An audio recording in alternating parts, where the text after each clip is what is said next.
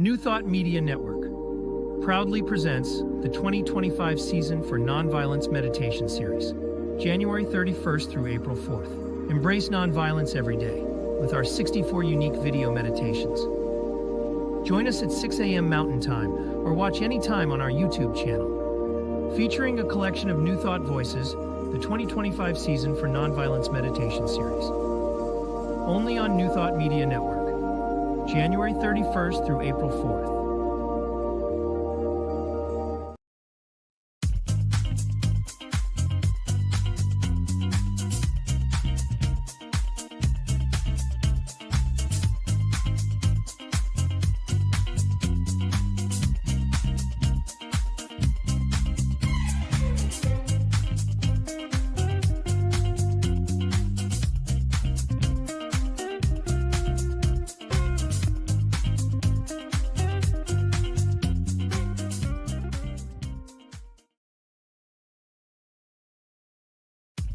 New Thought Media Network is pleased to present The Inclusive Church, Ideas and Resources for Leaders of Multicultural Ministries.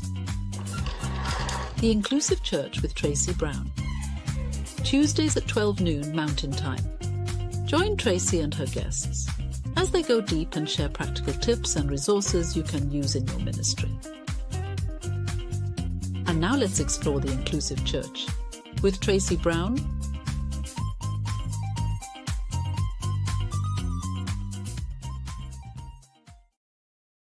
Hey everybody, Tracy Brown here, and it is time for the Inclusive Church right here on the New Thought Media Network. I love spending a little time with you every week just to reground ourselves in this commitment to being inclusive, to creating spiritual communities that are inclusive of all kinds of people, and to be able to do that in a way that is in full alignment with our spiritual principles. And it's not always easy.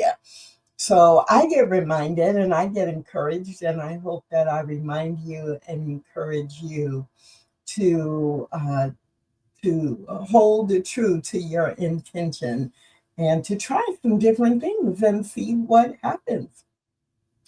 The theme for today's show is all about publicizing the progress that you are making. And I guess there's some question about whether you even should publicize what you're doing. But I think as the time that we spend together over the next 30 minutes or so, that you will and I will together come up with some things that help us keep in mind, what should you publicize, why should you publicize it, and when should you publicize?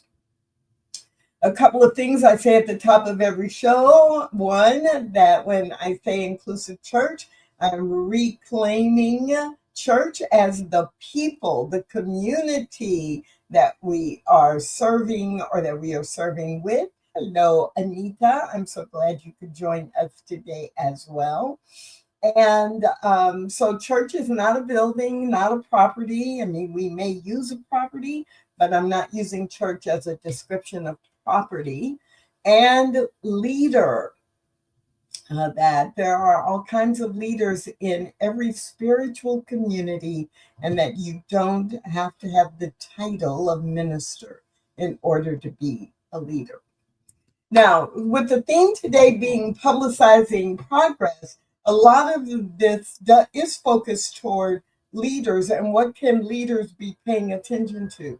And I do think that one of the first questions that it is important to answer is, why do we want to publicize what we're doing? And so, different communities are going to have different reasons, different priorities. But as it relates to being inclusive, I'm laughing at myself because I'm always going back to your number one reason has to be in alignment with your spiritual principles or your reason for being, the mission of your particular spiritual community. And because I think everything you do should like come back to that. You should be able to tie it to your mission, right? And your mission. So if you are going to publicize the things that you are doing to be inclusive, then I hope that it is in service to your mission. You want people to know that they are welcome and they are valued, and that there are opportunities for them to serve or to be involved or to get an education. Whatever your mission is, or the different parts or elements of your mission, that you're going to choose what to publicize because it serves the mission. Now, I am pausing there because even as I said that, there were two people who came to mind who actually have done quite a bit of publicizing what they are doing to be inclusive. And I can say that almost everything they've publicized has not been tied to their mission.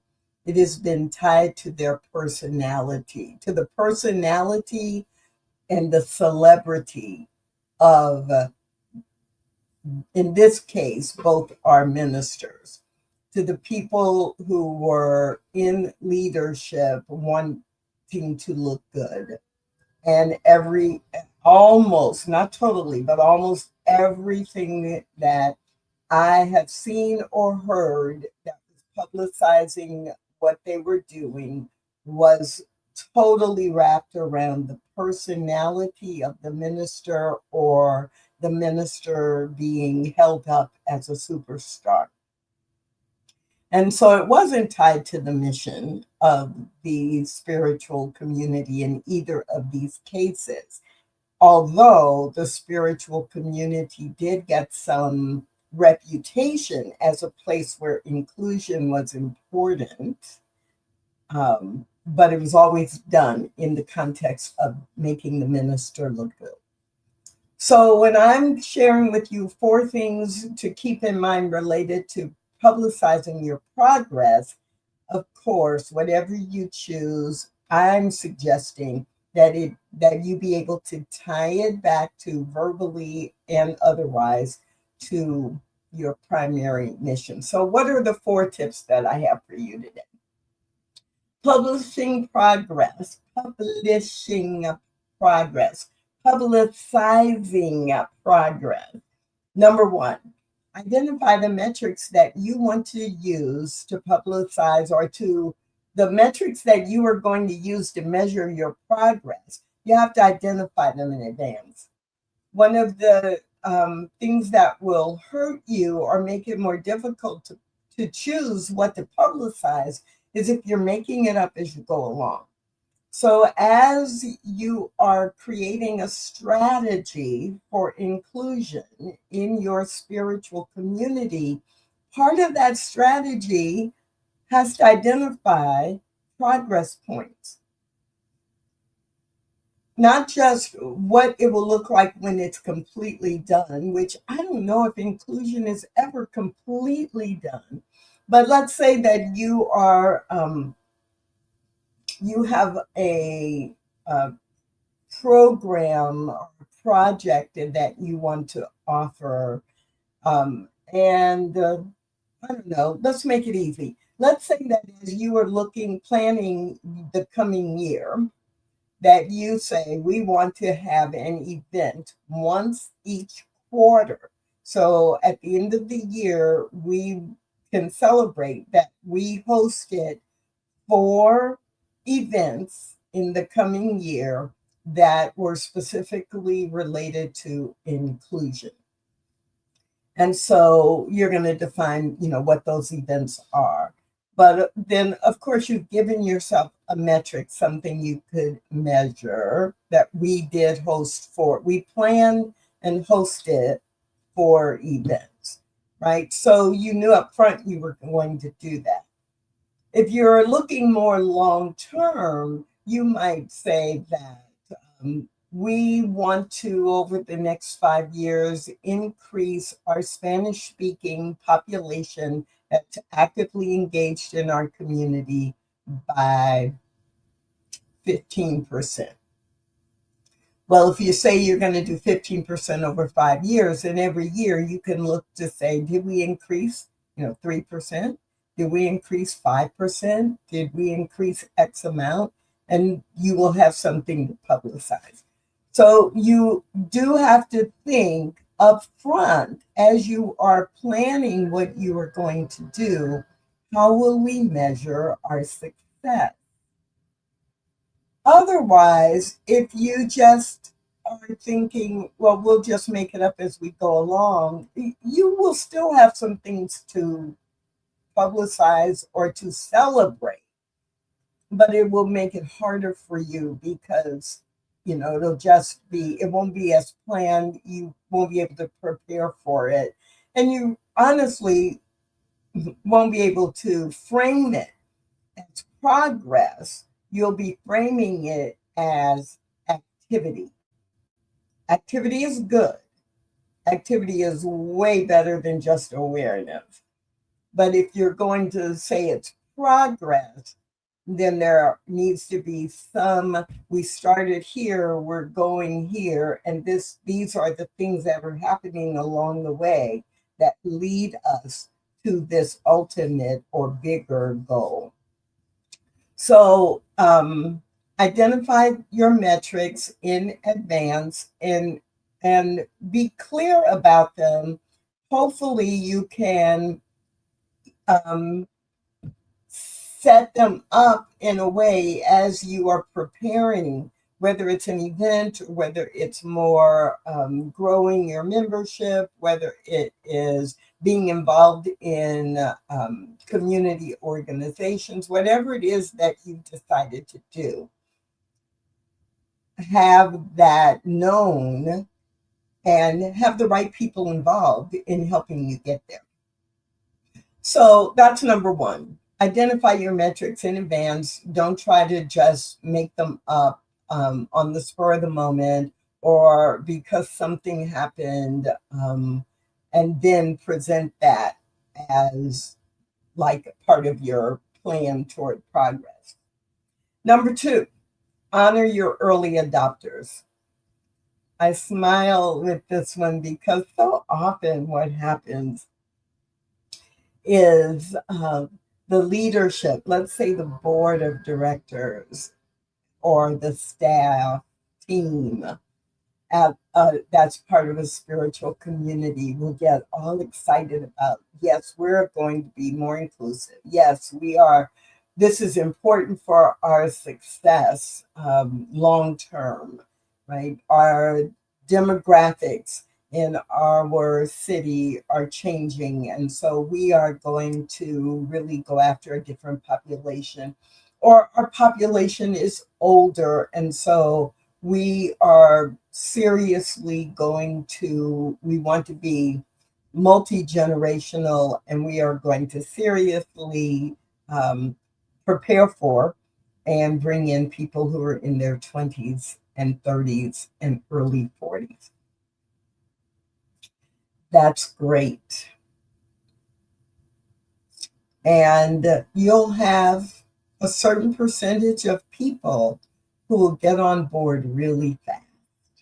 And they will have all kinds of ideas, and they will be suggesting programs that you're not yet ready to deliver on, and they will be trying to connect you with people in the community or resources in the community that you don't know what to do with.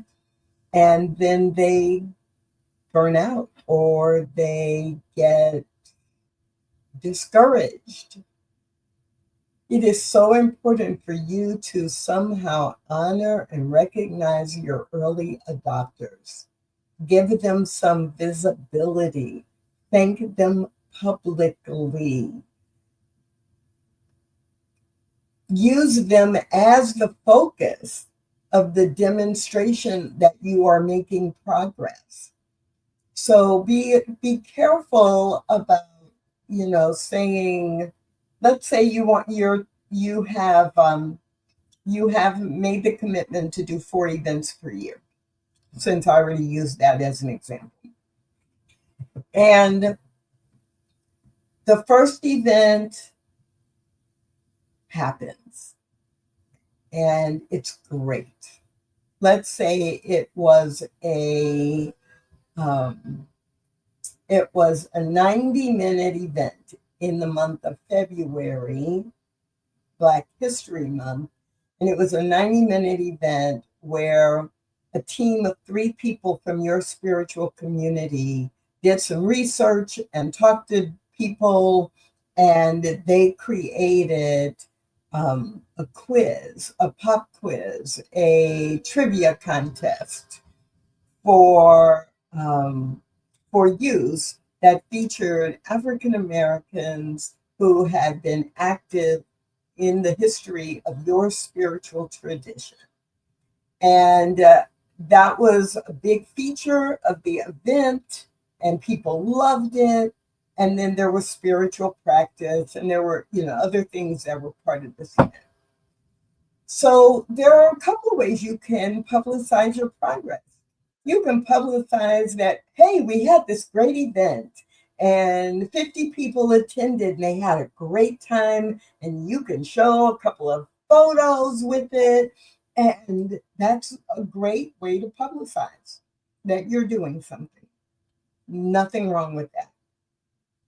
What I'm suggesting is that instead of or in addition to that, if I'm publicizing this event, I want to say Tracy and Anita actually got together and did this research because they were fulfilling our commitment to be more inclusive and to provide this kind of information for our community.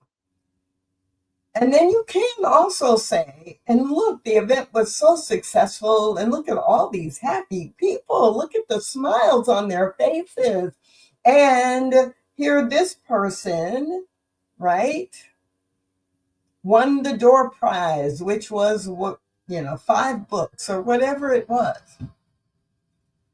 Don't only publicize the event without taking advantage of the opportunity to feature, highlight, and to demonstrate or show some gratitude for the people who are not sitting back, the ones who are stepping forward and saying, oh yeah, let's go, let's do this. Right?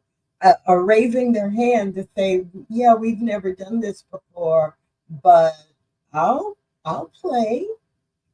Right? And then if you do that in the first quarter, and then April, May, June, the second quarter, maybe there's someone who coordinates your spiritual community's participation in the citywide Pride Parade.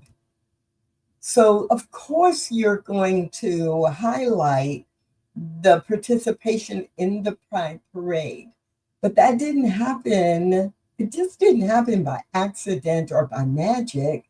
It happened because this team of 5 people did the research, got the permits, educated people, recruited folks to participate, created a float or a display, that they actually were doing things that helps. And I'm pausing because it looks like my screen is frozen. And so I can't tell if you can hear me or not. So it looks like we are still airing. So I'm going to keep talking.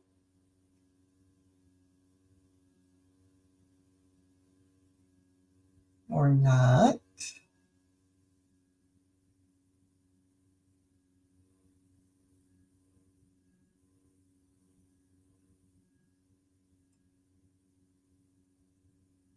Okay, so it looked like we had a frozen screen. Yes, you can hear me. Yes, my screen was frozen. Ooh. The timer stopped, and that's the only reason I thought maybe we were really, really kind of asleep. But okay, so back to practicing or publicizing our progress. Honor those early adopters because they're the ones who actually are going to inspire other people in your spiritual community to get on board. It's not just having the event, it's not just creating the workbook. It is actually how do you help, how do you use your early adopters to then bring others along? And we often forget that. We focus on the event or we focus on the deliverable and not the people who are actually planning the event or creating the deliverable. And in the short term, that won't hurt you. But in the long term, it will help you to honor your early adopters. Number 3, start at home. Why am I saying this? Related to publicizing your progress. I mentioned earlier that there are a couple of people who come to mind immediately when I think of folks who are doing or have done a lot, but everything you hear about is them, what they as an individual have done, or how they are responsible for everything that has happened related to inclusion. And so inclusion in their spiritual community is directly tied to that person. It's like it's their personal pet project and their personal skills and their personal passion that makes it work. And in one of those two instances, that actually was proven because that minister left that community and everything just fell apart related to inclusion because everybody thought, well, now that that person is gone, we don't have to do this anymore, or it doesn't have anything to do with us and our spiritual community. So start at home in publicizing what you're doing. If you invest and you are posting on social media or you are writing articles so that they can get exposure in your local news feeds, either your news stations or your newspapers or community, newsletters, etc. Not your own spiritual community, but like I live in Dallas, and so if I'm promoting something out into the community, there are newsletters for different communities, there are newspapers for different ethnic groups or different parts of the metropolitan area. And it's important to let the public know because part of the reason you're being inclusive is you are trying to invite and engage and retain people who are not currently a part of your spiritual community. However, what I don't want you to forget is that you actually have to tell the people who are a part of your spiritual community what you're doing, why you're doing it, and inviting them to celebrate progress with you. So this publicizing progress number 3, start at home, is all about reminding you to start with the people in your own community. Have board members, make sure they have 3 bullet points to talk about that great Black History Month program and that they are committed to making sure they share those 3 bullet points with at least 15 people in the next 3 weeks. That you give them a task and you make it clear because people in your own community need to know. I can think of in my own spiritual community, my home spiritual community, that, there was an event that was great. And the people who attended the event had lots of positive feedback. But a lot of folks didn't even know the event had happened. And there were people who knew the event had happened, but they didn't attend, and they never heard anything about it, so they figured it didn't go very well. And, several months later, in hindsight, it became really clear that we could have asked a certain number of people, not just the people who attended. We're not going to say, hey, now you have an assignment, go tell, when you come back to the next event, like talk to 10 people. But there were enough people who were in leadership roles in our spiritual community who easily could have made a commitment to, on the next 2 Sundays, that this event didn't happen on a Sunday, it happened on a weekday. But to, say, okay, on the next 2 Sundays, make a point to, like in point number 2, make a point to tell people what a good job that this person did in coordinating this event.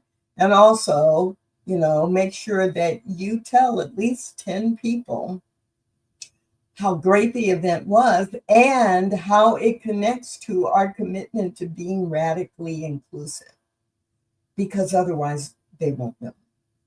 So start your publicizing inside the community that you have, in person and online. So you can, if you have online events or online classes, you could have a slide that everybody who is leading an online group or an online class make sure to show, so that people who are engaging with your community online are very clear and very aware of what you are doing. And the proof is that you've done this event, or you've created these videos, or you have created a new affinity group or circle, and they've met 3 times, and this is what they've done. Or you're signed up to be out in the community doing a certain thing. Start your publicizing with your captured group.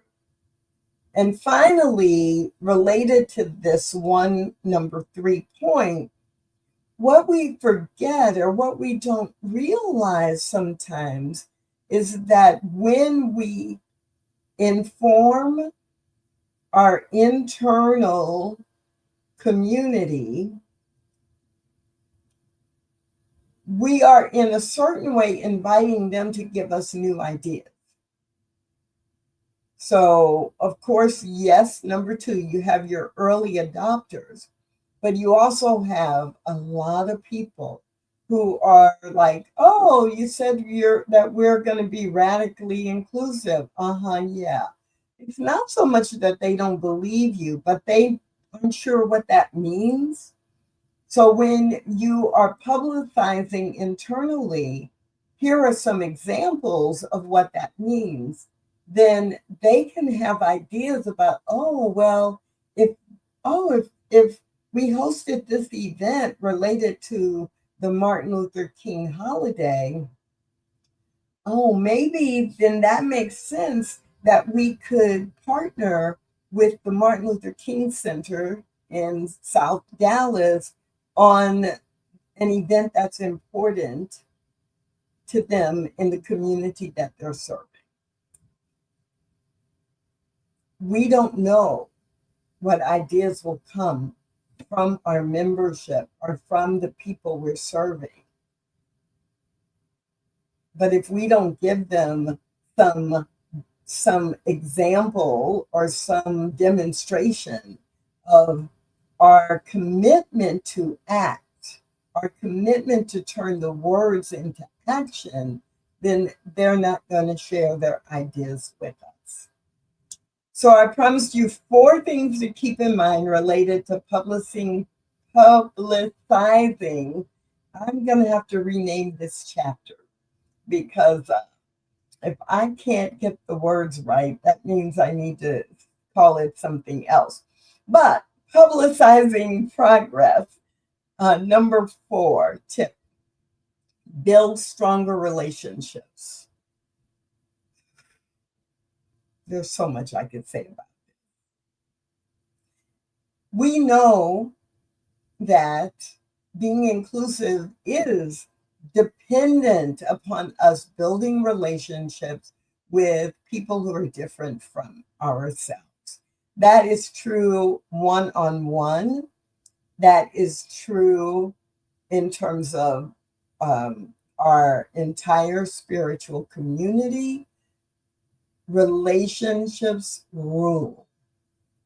And who we have relationships with make a big difference. So in publicizing our progress, we want to build stronger relationships with not only in the events we plan or the community service that we commit to, but a part of what we can do if we're strategic is that we build relationships and then other people or other groups are talking about what we're doing. We can build stronger relationships by being involved with, in a collaborative way, other ministries, other spiritual communities, and we can do things together that impact the community. They could be educational things where we are learning about each other's spiritual belief systems, or they could be relationships where we are going out into the community to work together to resolve some issue in the neighborhoods that we live in or worship in. But building stronger relationships so that some of our publicizing, yeah, that word's going to have to go. Some of our publicizing what we are doing happens because we are doing it collaboratively with others. So publicizing the progress that we are making in terms of being inclusive, one of the ways that we can do that is to build stronger relationships with people and with organizations who are different from ourselves, so that we end up really publicizing for each other and with each other. And we then reach people that we would not otherwise reach because their network or their newsletter list or their social media followers, we would never be in front of them. And they are benefiting the same by us introducing our network and our followers to them. And so especially when we're collaborating to do certain things, it will make a huge difference, a huge positive difference, if we are modeling building relationships cross-culturally and benefiting from that as well. So that's number 4. Tip number 3 was start at home. Don't forget to let people in your own spiritual community know what you are doing. Honor your early adopters because they really are helping you set the tone and set the stage for long-term success. And number 1 was identify your metrics in advance. Don't try to wait and then do it all ad hoc or on the fly. It's not impossible, but it's just not the smartest way to work. So our theme today was 4 guiding strategies for publicizing your progress in your intention to be inclusive.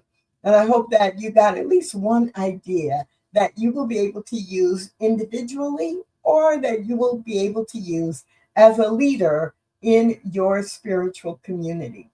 That's it for today's episode on Inclusive Church, and I hope that you will join me again next Tuesday and every Tuesday at 12 noon Mountain Time. But remember, if 12 noon Mountain Time does not work for you, you can always go to New Thought Media Network on YouTube or on Facebook, and you can find the show or most recent shows. My name is Tracy Brown. Hope you have a great week being inclusive. Bye for now. Thanks for watching The Inclusive Church with Tracy Brown. Join us again next week at 12 noon Mountain Time.